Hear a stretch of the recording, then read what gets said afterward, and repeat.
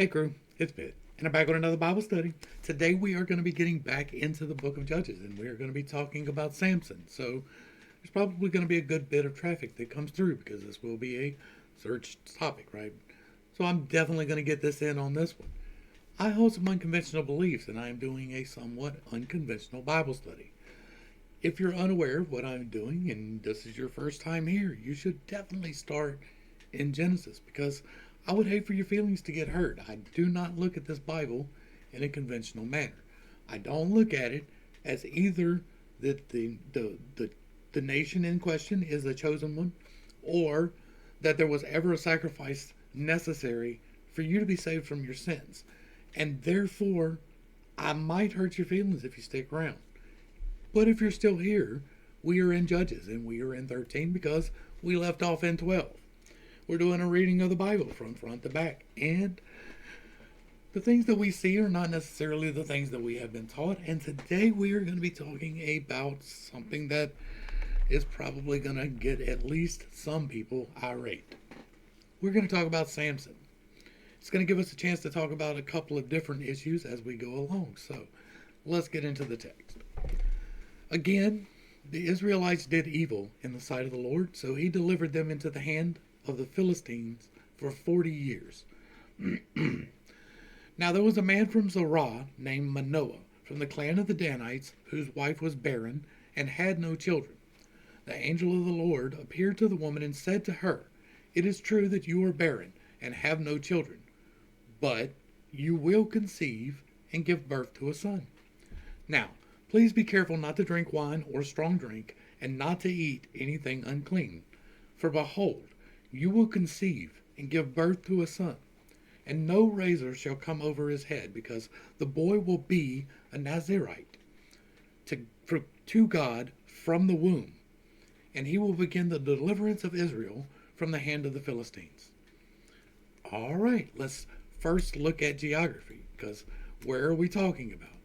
It's hard to pin it down. It's hard to pin down exactly where that took place, but it is in this general region. Let's scope out. Here's Jerusalem. We're around Timnah because that comes into the story later, and it's not described as being a journey or he's going far. It's somewhere that he can go back and forth from rather easily.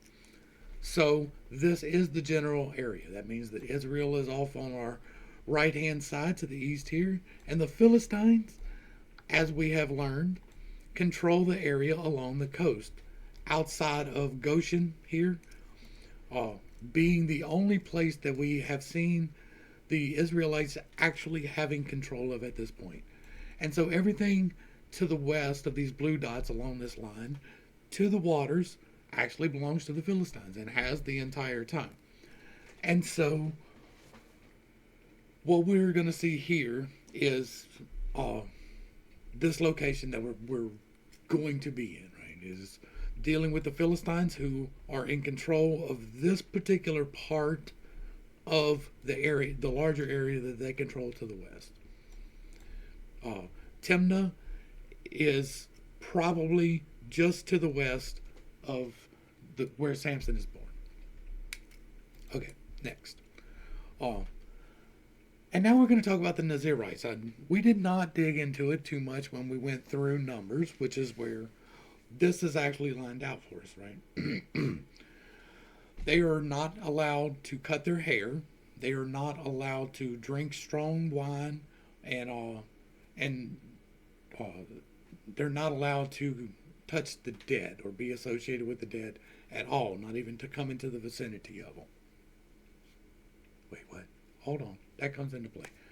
But this is one of the few times that we see the Nazirites. They are apparently like a small select group that are dedicated to, but the times that we actually do see is with Samson and with Samuel, and possibly one other, that it is a case of insemination, right? That's going to make some people upset, but That's what's happening here, right? The angel of the Lord comes down and he sees this woman who hasn't conceived and cannot give birth and says, "Hey, you're going to have a child."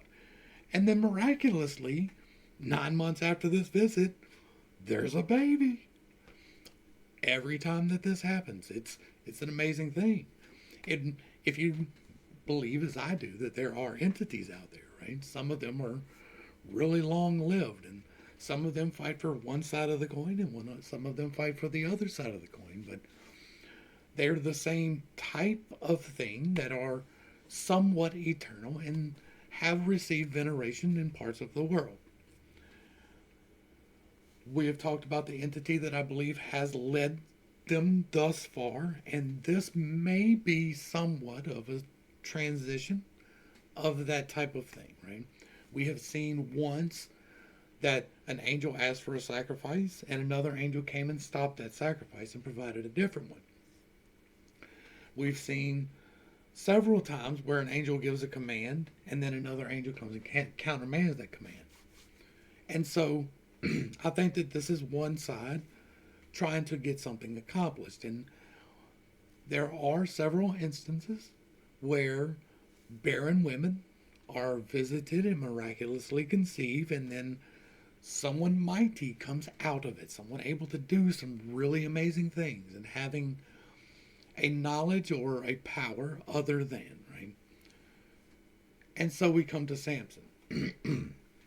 Now, it may be that just being one of these Nazirites makes you have this power, because the power of faith is a big thing. And if you believe that you have been dedicated to God for the service of this particular thing by these particular acts, and you abide by that, then it becomes truth to you. And if it is truth to you, it has a power. So much so that you can do great things. It could be that there was some genetic manipulation going on. We don't know, right? But the guy seems like he might be kind of bulky. Might have a little bit of extra size on him. And there is a pattern in history from various places, not just this book, but many other sources as well, that large people have a significant reason behind them, right? That looking back at Nimrod and the various things dealing with him, and Nebuchadnezzar and the various things dealing with him, and the various heroes and myths, they all seem to be a little bit bigger. Maybe that's because of this genetic manipulation.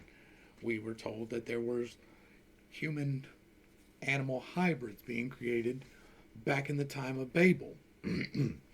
Back in the time of Noah, they were making human animal hybrids, and that caused a destruction. Now, we know about the disaster cycle now, but that doesn't mean that it doesn't happen again, and then right on the cusp of the next one, we're not there again. Back to Samson. And so it may be that either he was manipulated into being someone who had an ability more than. We have seen that with other people. Caleb and Joshua being examples. Or it may be that his faith was enough to just carry him, because faith can do a lot of things. Faith can cast a mountain into the sea. And no razor shall come over. Okay, no. So the woman went and told her husband, "A man of God came to me. His appearance was like the angel of God, exceedingly awesome. And I did not ask him where he came from, and he did not tell me his name." Now, it is important to note, and one of the reasons why I think that this may be the other entity than the one that has been being followed, there is no fear mentioned here. These people are not fearful when they come across this angel of the Lord. Now, there are other instances where you come across the angel of the Lord and he's like, "Oh, don't be scared. Don't be afraid." And then he only asks for some blood. I'm just saying. But he said to me, "Behold, you will conceive and give birth to a son. Now, therefore, do not drink wine or strong drink, and do not eat anything unclean, because the boy will be a Nazarite to God from the womb until the day of his death. Now, it is important to note here, so that we can note later that we mentioned it here, that this is a different command than it is given for the Savior of all mankind. Right? And then Manoah prayed to the Lord, "Please, O Lord, let the man of God you sent us come to us again and teach us how to raise the boy who is to be born." And God listened to the voice of Manoah, and the angel of God returned. And the angel of God returned to the woman as she was sitting in the field. But her husband Manoah was not with her. And the man ran quickly to tell her husband, "Behold, the man who came to me the other day has reappeared." And so Manoah got up and followed his wife. And then when he came to the man, he asked, "Are you the man who spoke to my wife?" "I am," he said, and "I am." And then Manoah asked, "When your words come to pass, what will be the boy's rule of life and mission?" And so the angel answered Manoah, "Your wife is to do everything I told her. She must not eat anything that comes from the vine, nor drink any wine nor strong drink, nor eat anything unclean. She must do everything I have commanded her." "Please stay here," Manoah said to the angel of the Lord, "and we will prepare a young goat for you." And the angel of the Lord replied, "Even if I stay, I will not eat your food. But if you prepare a burnt offering, offer it to the Lord." We'll get back to that. And for Manoah did not know that it was the angel of the Lord. And then Manoah said to the angel of the Lord, "What is your name, so that we may honor you when your word comes to pass?" "Why do you ask my name?" said the angel of the Lord, "since it is beyond your comprehension." And then Manoah took the young goat and grain offering and offered them on a rock to the Lord. And as Manoah and his wife looked on, the Lord did a marvelous thing. And when the flame went up from the altar to the sky, the angel of the Lord ascended in the flame. And when Manoah and his wife saw this, they fell face down on the ground. And when the angel of the Lord did not appear again to Manoah and his wife, Manoah realized that it had been an angel of the Lord. "We are going to die," he said to his wife, "for we have seen God." But his wife replied, "If the Lord had intended to kill us, he would not have accepted the burnt offering and the grain offering from our hands, nor would he have shown us all these things or spoken to us this way." And so the woman gave birth to a son and named him Samson. And the boy grew, and the Lord blessed him. And the Spirit of the Lord began to stir him at Mahanadan between Zorah and Eshtaol. All right. Y'all know where I'm going, right? What did we learn in Exodus? What was the commandment, right? Like, not the commandment, because it wasn't one of the 10 commandments, but it was definitely a command given down. That there would be no sacrifice outside of the tabernacle. Like, we don't have the temple yet, we have the tabernacle. And all sacrifice to the Lord must go through the Levites at the tabernacle by command of God himself. And so these men, this man and his wife, knowing the law, went and gave sacrifice anyway. And the angel accepts it, right? God accepts it. They call him God. God, he names himself I am. And so, why? It's that simple, right? It's that simple.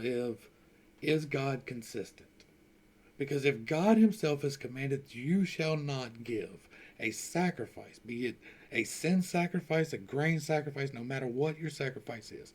Now, you can kill an animal and you can eat it, but you cannot make a sacrifice anywhere but the tabernacle, according to the express will of God Almighty. Face to face, directly to Moses. And this guy doesn't know that this is the Lord. He thinks it's an angel. But regardless, he hasn't been commanded to build an altar, but he's got it ready. Like it does say, if you prepare a burnt offering, offer it to the Lord.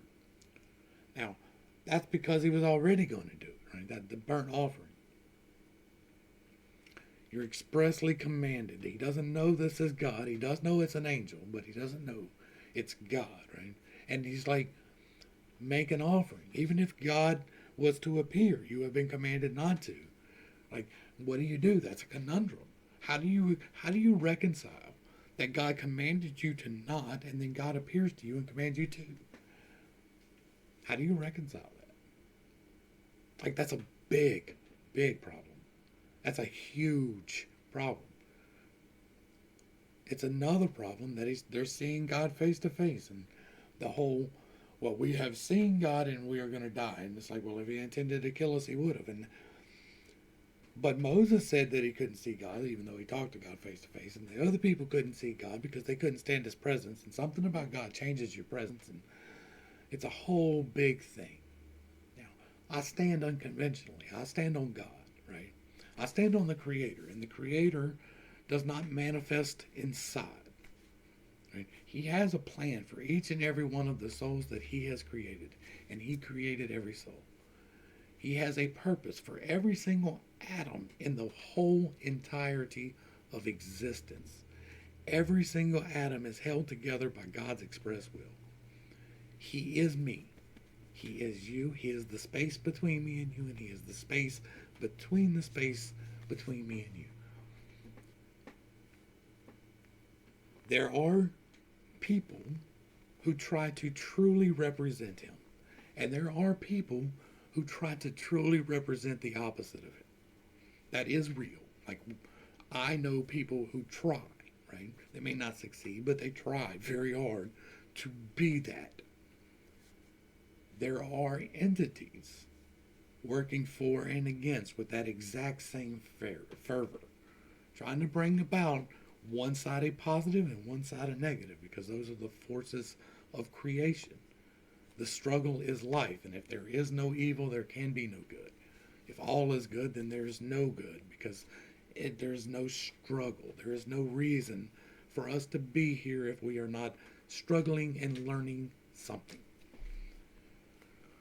And so I believe that this is one of those entities. I believe that this entity in particular was trying to do something good. It may have had to have gone through some pretty terrible stuff, because what's about to come gets pretty terrible. It is not the same as when we saw the other entity, right? The other entity shows up and he's like, okay, I'll do what you need. Make me a sacrifice right now of blood. Pile me up a mountain of blood right here, and we'll begin this thing. Let's get a whole lot of blood, and then I will lead you out of this captivity. That's what the other entity has said. This entity said, don't drink. Stay away from the yeast, because that's going to do some bad things. We've seen that before. And, like, don't go around anything nasty. And, right? And let the hair grow. That is the orders. Let your hair grow. Don't drink anything that's got to do with a grape or fermentation. And don't go around dead things. And so the flame goes up from the altar, and the angel ascends in the flame. And that's an interesting thing that we have not really seen in that manner, but we did see a burning bush. We have seen a pillar of flame. We have seen those things before. So I'm not going to dive into that too much. Now let's talk about some weirdery, right? And one day, Samson went down to Timnah. That's where we had the blue dot on the map. And where he saw a young Philistine woman. And so he returned and told his father and mother, I have seen a daughter of the Philistines in Timnah. Now, get her for me as a wife. But his father and mother replied, can't you find a young woman among your relatives or among any of our people? We have a history of the Israelites being a little bit racist too, right? Remember what happened to Moses when he had a black wife? Must you go to the uncircumcised Philistines to get a wife? But Samson told his father, get her for me, for she is pleasing to my eyes. And now his father and mother did not know that this was from the Lord, who was seeking an occasion to move against the Philistines. For at that time, the Philistines were ruling over Israel. Now, it is important to note at this point that if the genetic manipulation thing is true, right? Do y'all remember who lived in those 5 cities in the land of the Philistines? Gaza and Gath and those, right? It was the Anakim. It was the other bloodline from before. I wonder why he would be predisposed to be attracted to someone from there. I wonder if that will show up again later. I wonder if maybe when we get to David, we'll see that again. I bet we will. Let's go ahead and get into this. So Samson went down to Timnah, and his father and mother came to the vineyards of Timnah. And suddenly a young lion came roaring at him. And the Spirit of the Lord came powerfully upon him, and he tore the lion apart with his bare hands, as one would tear a young goat. But he did not tell his father or mother what he had done. And then Samson continued on his way down and spoke to the woman because she was pleasing to his eyes. So, let's time frame this real quick, because this is all in one shot. One day, he goes down to Timnah, and he saw a young Philistine woman, and returned and told his father and mother, right? It's the same time. He tells his father, go get her for me, she's pleasing. And they didn't know that the Lord was moving. But then he went with Timnah with his father and mother. This is the same thing. They came to the vineyards. And suddenly a lion comes roaring at him. And the Spirit of the Lord comes powerfully upon him. And he tore the lion apart with his bare hands, as one would tear a young goat. Now, this goes into the genetic manipulation thing. This got to be a big dude. If he is going to tear apart a lion, even a young lion, maybe it's like a cub, but that's not what we're given, right? This appears to be a young but not fully mature lion. And he grabs it and tears it apart. Now, the supposition is that he does it by the mouth, because apparently people do that to goats. Did not. All the times I've read the Bible, that has never been a thing that I thought about. Like, I never once thought about the fact that people just, to goats. There's got to be a better way. But apparently that's what they do. Apparently that's a thing. And he did that to a lion. Now, I got a house cat. He's close to 10 pounds because he's a little chunky boy. But fighting that thing, trying to get him to take his medicine, I can't imagine trying to fight a young lion. I'm not a small fella, but I'm not an overly large fella either, right? I'm 5'10", anybody was wondering. Right at 200 pounds, a little bit over. And so, I can't imagine grabbing hold to a young lion and grabbing his mouth and ripping it apart. Nah, bro. Like, I'm going to try. I just don't think it's going to happen. So, I'm leaning towards he's a big old boy. Just how big a boy are you, all right? And so, that's interesting. But here's another interesting thing to think about is, if you're going to rip something apart like that, like something alive, you think it's going to be bloody? Like, it would seem like there would be an explosion of bodily fluids of some sort. Like, you would have to get something on you. And somebody's going to ask you, hey, bro, what happened? You went to pee. Like, they're traveling together. And they come to the vineyards, and then he sees the lion. Right? That's not like a distance. Like, he just went around the bushes to pee, and there was a lion, and it attacked him, and he grabbed it by the head and ripped it apart, and didn't get any blood on him. And so he goes, and they don't have no clue what he did. And so he continues down, and he speaks to the woman. And when Samson returns later to take her, he left the road to see the lion's carcass, and in it was a swarm of bees, along with their honey.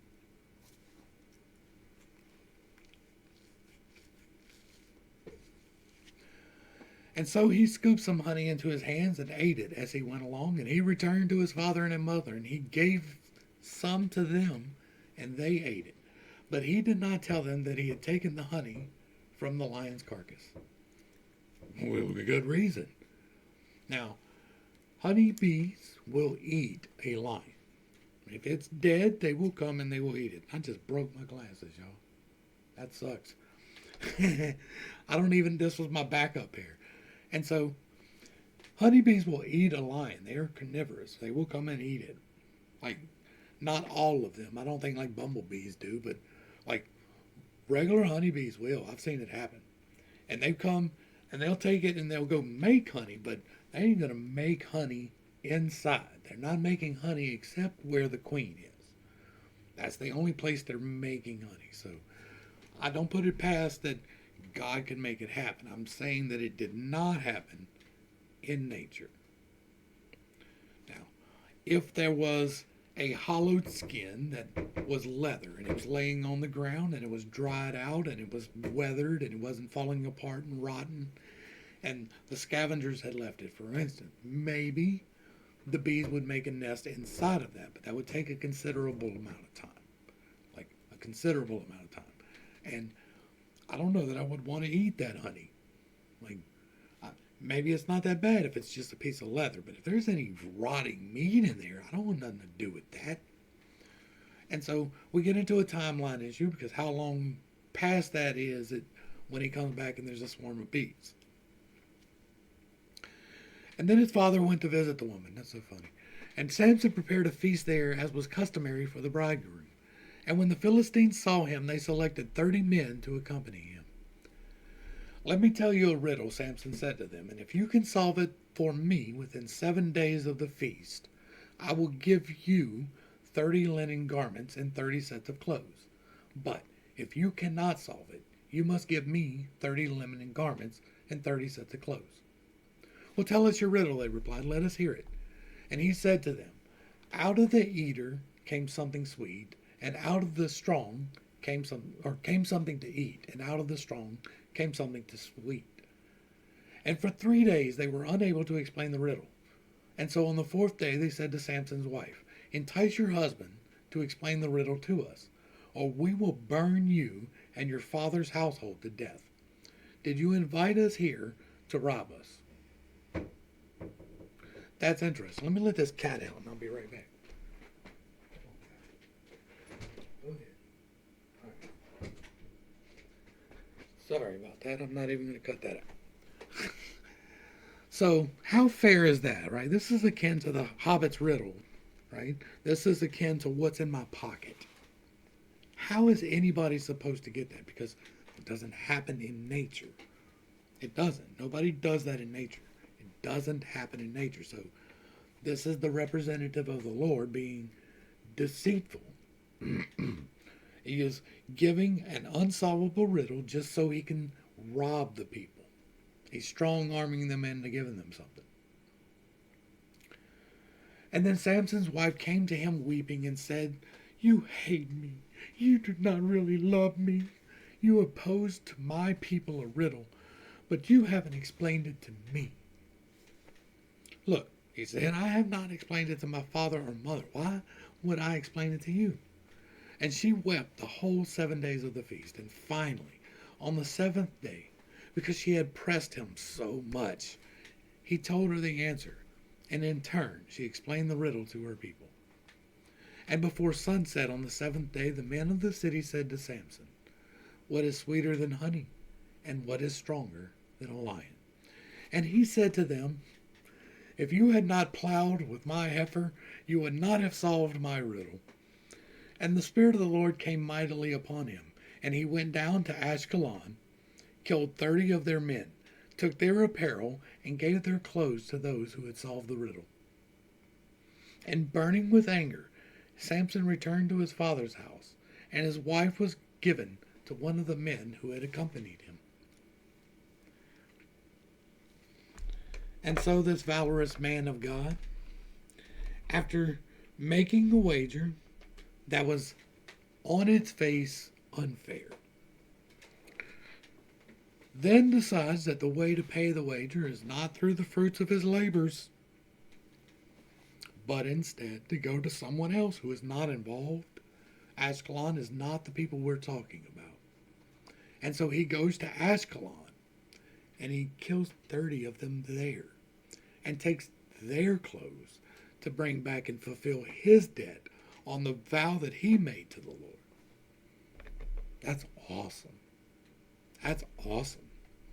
And then he returns to his father's house, right? He's mad because his wife has tricked him.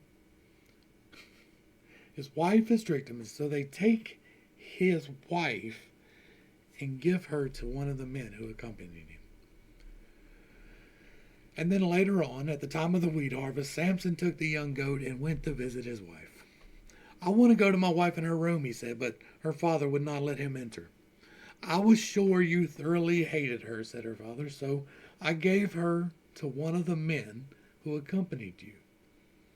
Is not her younger sister more beautiful than she? Take her instead.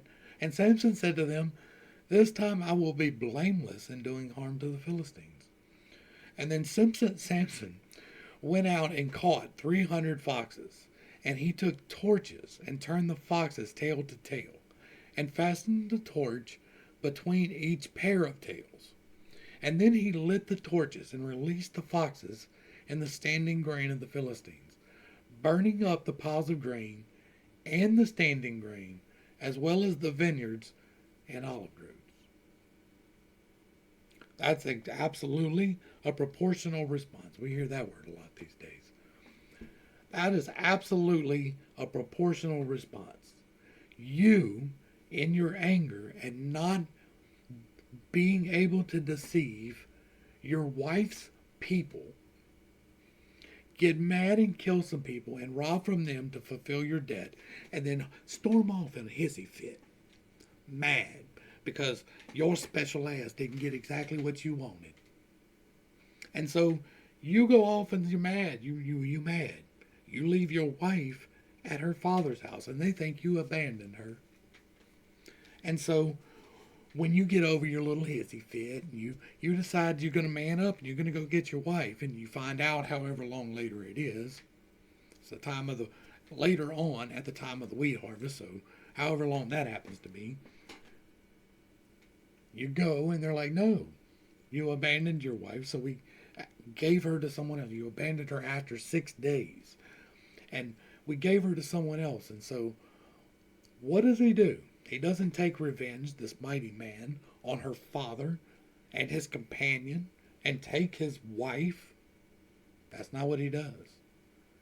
He goes into the wilderness and he catches 300 foxes. Okay, we're getting well into the lore, right? This is some, God had to ordain that. Like, you're not going to just go out and just randomly catch 300 foxes. I don't know if you've ever been in the woods, right? But I live on the edge of the booger woods now, but I grew up fully in the booger woods. And, like, there was nothing around us but cows and coyotes. And, like, you don't see 300 foxes. You don't just go and find a den and there's 300 foxes. You don't just keep them. Like, it is not an easy task to have 250 foxes while you catch the other 50. That is not an easy thing to do. But he did it. Okay, whatever. And then he ties their tails together. So you got 150 pairs of foxes. And he ties a torch onto their tails, lights them on fire, and destroys the entire harvest of the people that he was trying to do wrong. That absolutely sounds God ordained to me. But it's whatever, right? And they're like, who did this? And they say, it was Samson, the son-in-law of Timnite, they were told, for his wife was given to his companion. And so the Philistines went up and burned her and her father to death. They didn't go to Samson. Like, they're like, okay, who burned all this shit down? And they're like, somebody just got mad. I'm sorry. It's a Bible study and I said a cuss word. And So they burned all the stuff down. And he's like, well, who burned all their stuff? All of these men who were mad that all of their stuff has been burned down. And they're like, it was Samson. And so what do? They go to not Samson. Okay, sure, whatever. Right? You've got to take it on faith. Like you have to, because it made no damn sense. Why would they not go right up the road and get Samson? Was he that badass that your whole people couldn't go and take him? You didn't know that yet. Yeah, he went and killed 30 people. Okay. You've got all these people who just lost everything. Their whole winter food source is gone. That's a big deal, right? You're mad. You don't go to the father-in-law and the daughter. Like, that don't make no damn sense. You go to Samson. You take the fight to him.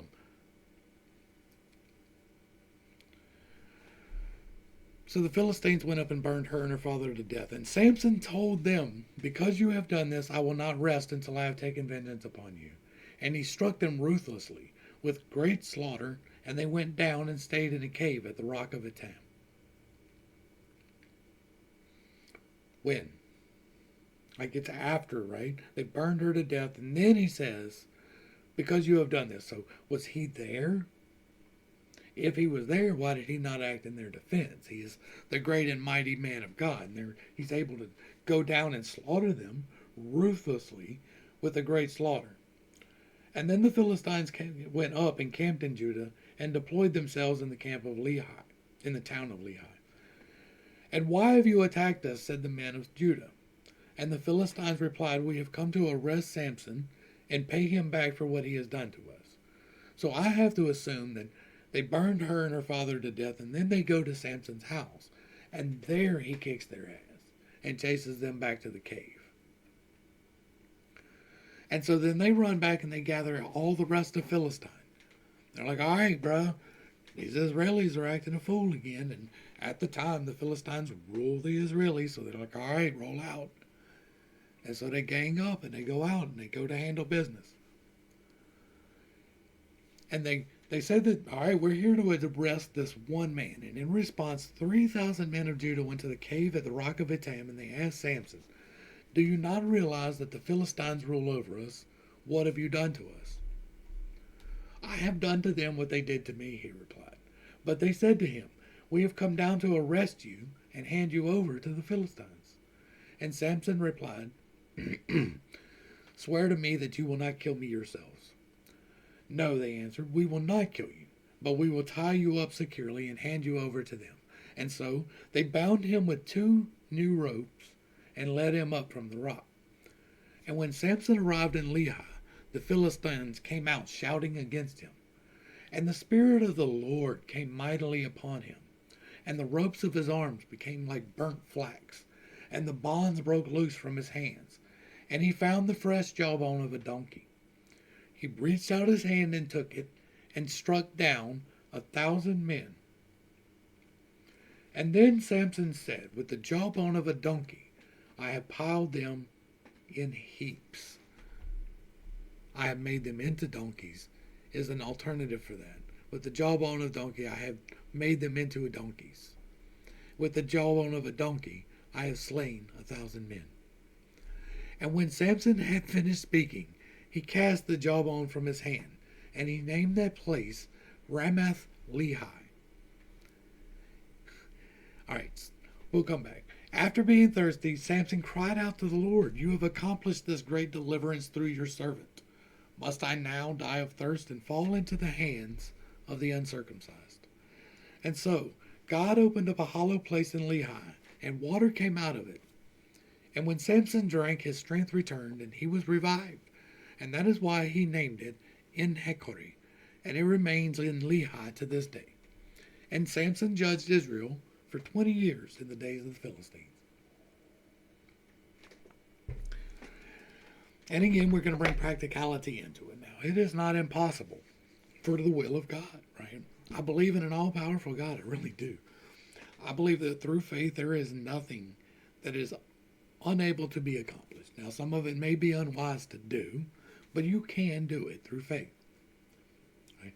Casting a mountain into the sea is possible, but it's going to cause a tidal wave somewhere. And a lot of people are going to die. So you should be very careful into what you do with faith. This guy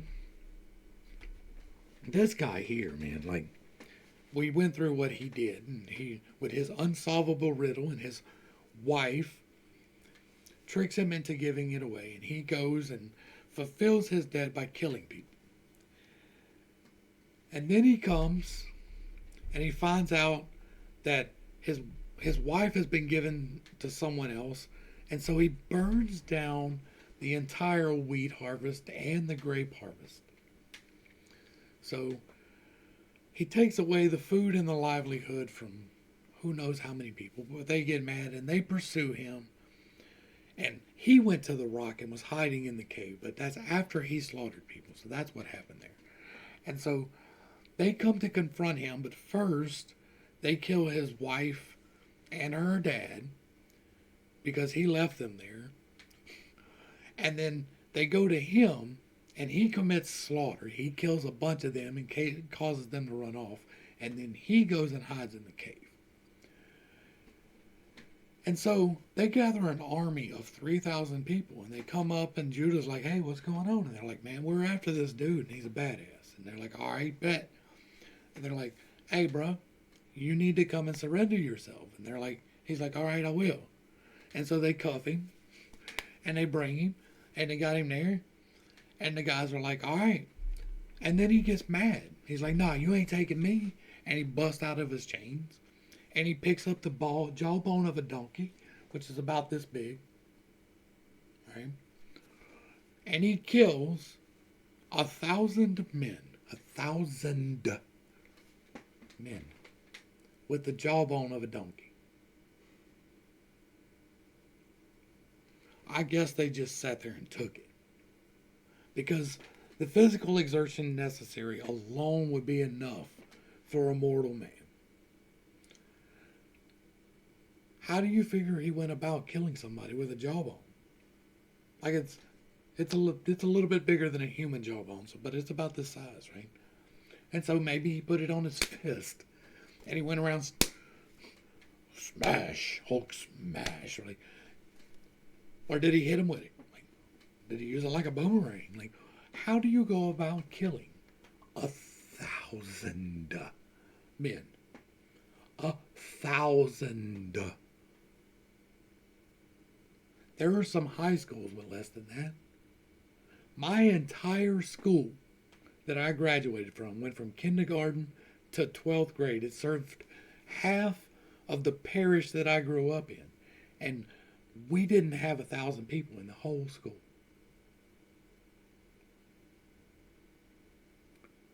A 1,000 people is a lot.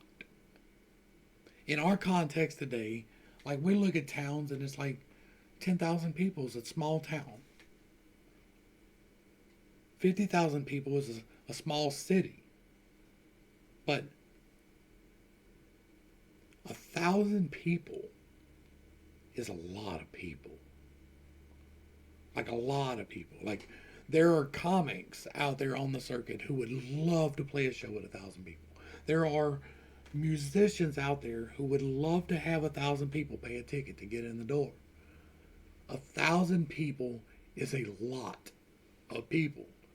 There are companies out there that make millions of dollars a year that do not employ 1,000 people in their entire chain. 1,000 people with the jawbone of a donkey. That's impressive. Now, if he's holding it, right, let's look at that. How would it have to be held? Would you hold it brass knuckle style with the bone coming back across your arm? Probably not. You would probably hold that where it points forward, where the hooks go forward, right? Hook 'em horns. And so that would be my supposition. If I was to try to figure out how he was to kill people, 1,000 people.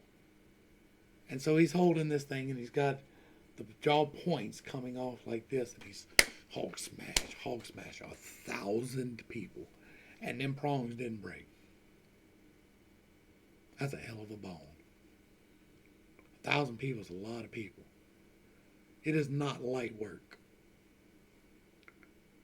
Like, even if it was sharp, even if you had a sword and you were swinging a sword 1,000 times, it is not light work.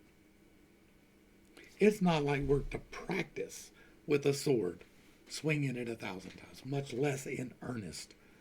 But to punch 1,000 people to death with the jawbone of a donkey, that's something else. That is definitely something else.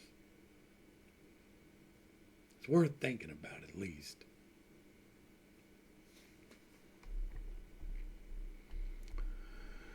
And then Samson escapes Gaza. And one day Samson went to Gaza, where he saw a prostitute and went to spend the night with her. Now, you would think that this dude, out of all the dudes ever in the history of dudes, would have learned his lesson. What has just happened is a direct result of his uncontrollable lust for these women that live in this area, at the very minimum. But he sees this hooker, and he's like, hey, what's up, baby girl? And when the Gazites heard that Samson was there, they turned around, they surrounded that place, and lay in wait for him all night at the city gate. And they were quiet throughout the night, saying, let us wait until dawn, and then we will kill him. But Samson only lay there until midnight, and when he got up, he took hold of the doors of the city gate, and both gate posts, and pulled them out, bar and all. And then he put them on his shoulders and took them to the top of the mountain, overlooking Hebron. Now, Hebron's important, right? We've talked about Hebron a lot. It is a very important place for some of these entities in it. But let's look at this feat, right?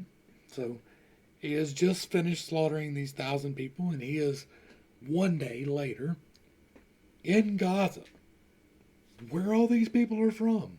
Like, Gaza's on the south end. It's all the way at the bottom. You have to go through the whole land to get there. And he sees this woman, and he's like, all right, bet. And then everybody's like, hey, Samson's in there with Ho. And they're like, all right. And they go and they surround the whole city.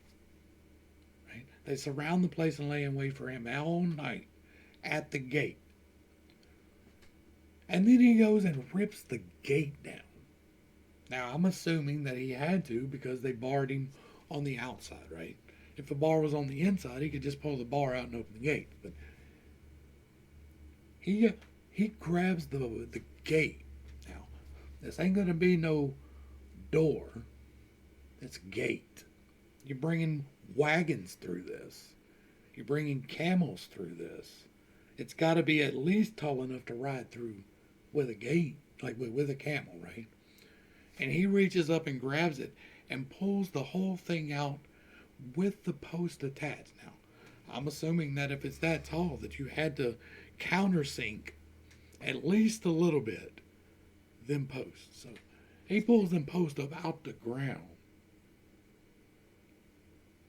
puts them on his shoulders, and walks up a mountain with them. That's a big old boy, right?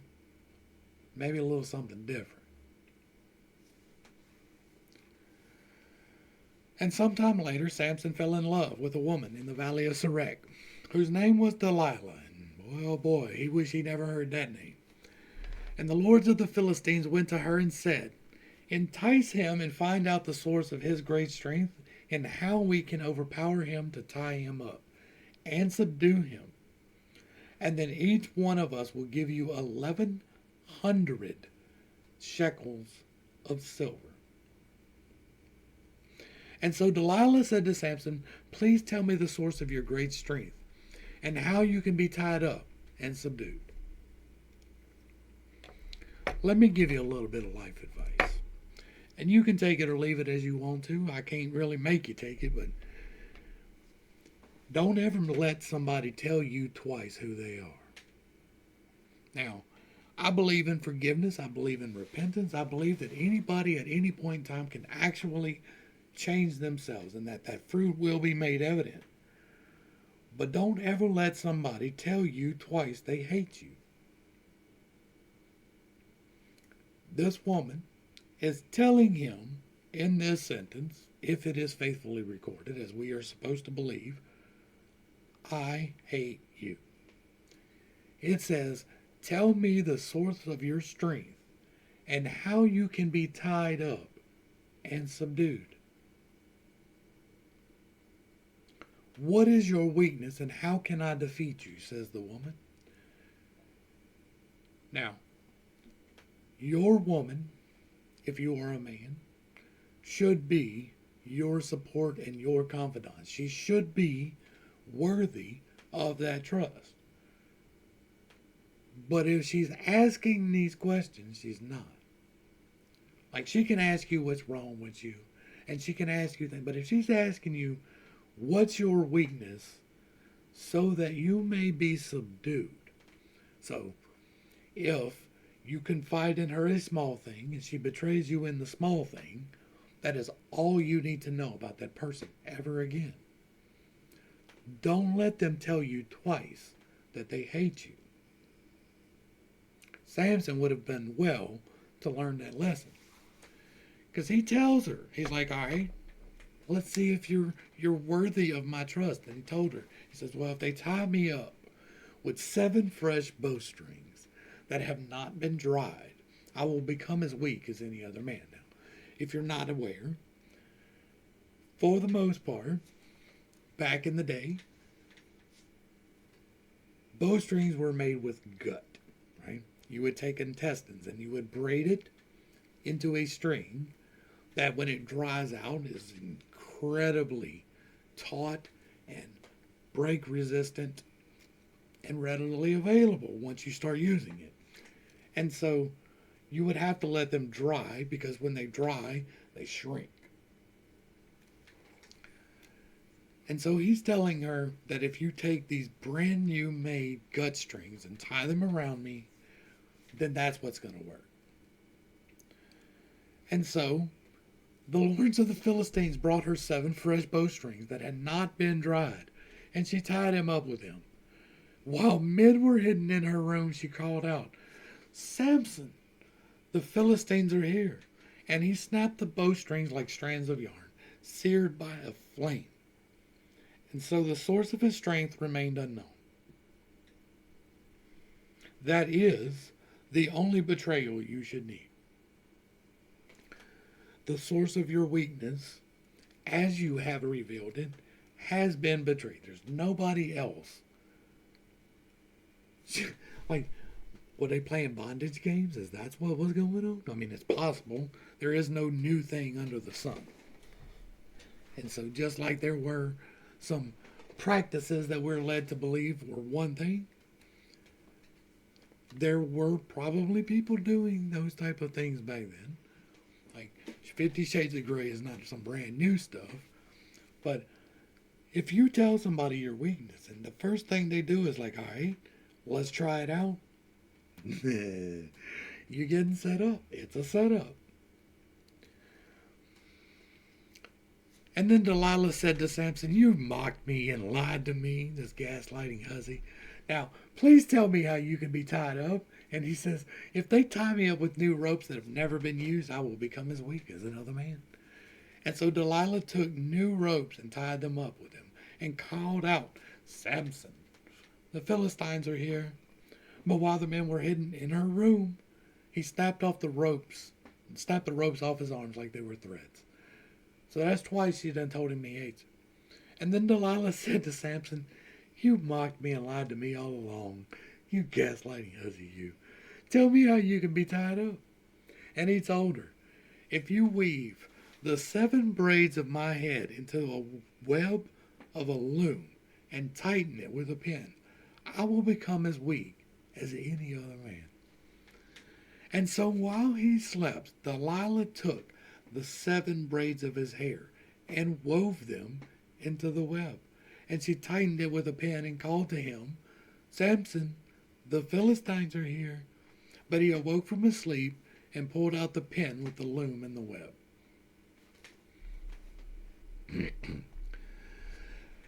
How can you say I love you, she asked, when your heart is not with me? This is the third time you've mocked me and failed to reveal to me the source of your great strength. 3 times she said, I hate you, and 3 times she proved it true. And here you go, saying, okay. And then finally, and don't ever play along with a gaslighter either. And finally, after she had pressed him daily with her words and pleaded until he was sick to death, Samson told her all that was in his heart. My hair has never been cut, because I have been a Nazirite to God from my mother's womb.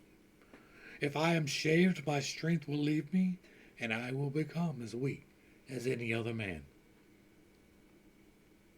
And when Delilah realized that he had revealed to her all that was in his heart, she sent this message to the lords of the Philistines. Come up once more, for he has revealed to me all that is in his heart. And the lords of the Philistines came to her, bringing the money in their hands. And, having lulled him to sleep on her lap, she called a man to shave off the 7 braids of his head.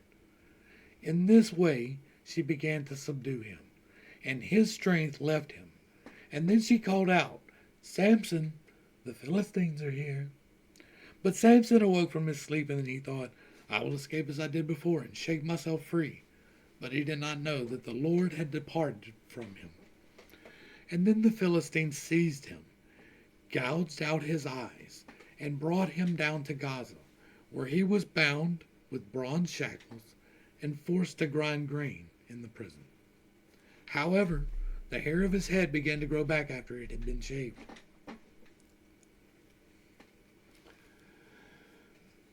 I missed the part where Samson was a good and faithful servant of the Lord. Like, I've seen the part where he was a bit petty and vindictive, and I've seen the part where he was deceitful and trickery. I've seen the part where he is big and brutish. I've seen the part where he gets what he wants. I have not seen humble. I've not seen anything resembling what we're told God wants from us. But he was chosen, right? He was the chosen one.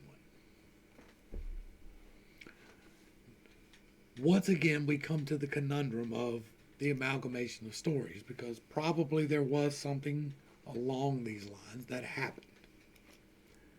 I doubt very seriously that it happened the way that it's put, but there is a story of a mighty man, and giants are real. Like, we don't see them today. We probably killed them all off. We definitely hidden bones. But according to many different mythological sources, they are real things. And the half-breeds, that's real things too. And maybe it was the artificial insemination, and maybe it was just some comely-looking dude who saw the daughter of men and was wanton. And he decided to inseminate her because her husband was sterile. And maybe he did. Maybe that's what happened. That's why he popped up when her husband wasn't around. They didn't even try to say it was a virgin birth this time. But God has taken this man that he has selected, right, from before birth and brought him to ruin. Now, you can talk about the redemption arc that's about to happen, and we are going to get into it, but we haven't seen good and faithful. We haven't seen truthful and honest. We haven't seen any of that. And you can say that the whole dedication of his life could be brought about by this breaking down of this temple. And maybe it is. And now the lords of the Philistines gathered together to offer a great sacrifice to their god Dagon. And they rejoiced and said, Our God has delivered Samson, our enemy, into our hands. And when the people saw him, they praised their God, saying, Our God has delivered into our hands our enemy who destroyed our land and multiplied our dead. And while their hearts were merry, they said, call for Samson to entertain us. So they called Samson out of the prison to entertain them, and they stationed him between the pillars. And Samson said to the servant who held his hand, "Lead me where I can feel the pillars supporting the temple, so I can lean against them." And now the temple was full of men and women. All the lords of the Philistines were there. And about 3,000 men and women were on the roof watching Samson entertain them. And then Samson called out to the Lord, "O Lord God, please remember me. Strengthen me, O Lord, O God, just once more, so that with my one vengeful blow I may pay back the Philistines from my two eyes." And Samson reached out for the two central pillars supporting the temple, and bracing us against them with his right hand on one pillar and his left hand on the other, Samson said, "Let me die with the Philistines." And then he pushed with all his might, and the temple fell on the lords and all the people in it. So in his death he killed more than he had killed in his life. And then Samson's brothers and his father's family came down and carried him back and buried him between Zorah and Eshtaol in the tomb of his father Manoah. And he had judged Israel for 20 years. And next is Micah, yeah. And so we're going to go ahead and wrap this up. I know that I hold some very unconventional beliefs. I know that the things I say are not how you're used to hearing them. Samson got his just desserts when he lost his eyes. He was not good in any way, shape, or form. Okay, so he didn't get drunk. So he didn't cut his hair. Okay. So what? That's not righteous in and of itself. There's nothing righteous about growing your hair out. There's nothing righteous about never taking a drink or eating a grape, because that was part of the forbidden part too. Like, you couldn't even eat a grape. And so he may have kept those laws. He may have kept those particular laws perfectly, but he was not a good guy. He was in no way keeping the commandments. The commandments do not commit murder. And so in order to settle his debt, he goes and kills people who are not even involved in it. He goes and commits a mass casualty incident. Like, imagine that was today, right? Your town. And your town has got him mad. He's got a bet with your town that he will give you 30 sets of clothing, right? And in order to fulfill that bet with your town, he goes to the next town over and just takes out 30 people and strips them naked and brings you their clothing. That's what happened. And then he storms off in a hissy fit and leaves his wife, abandons his responsibility, leaves his wife, and then gets mad when he finally pops back up and she's not his wife anymore. Well, she had to go somewhere. You laid with her for 6 days. And so then he gets mad, and he doesn't take it out on her as bad as that would be. He doesn't take it out on his father-in-law, which would probably be the legally justifiable thing to do. No. He lays waste to the countryside through subterfuge and deception. He takes the time to capture 300 foxes and ties them into 150 pairs with a torch strapped to them and lights it on fire. That's God's representative. That is the holy man, the righteous judge of Israel. Is the guy that catches the animals' tails on fire to destroy the countryside and take the food from the mouths of people because he messed up. Yeah, absolutely. Absolutely. You can believe that. I won't. My God is beyond that, right? My God is beyond the mundanities contained in this. Like, I'm so ready to be past this, and I think we get past this tomorrow. I think we're done with Judges. I'm ready to get into the prophets because there's a lot of stuff to talk about in the prophets. Wheels within wheels and visions and talking with dead people and like all kinds of stuff in the prophets. So that's going to be fun. This conquest for me is not fun. Like, there is nothing fun about this. To learn that all the heroes from your Bible studies are really not good people. Like, you understood that they were flawed, right? But not no. What? He killed 1,000 people with the jawbone of an axe because they came at him with a righteous charge. And that's the hero. Look at the faith that Samson had. He was able to slay 1,000 people with a jawbone. Like, that's the narrative.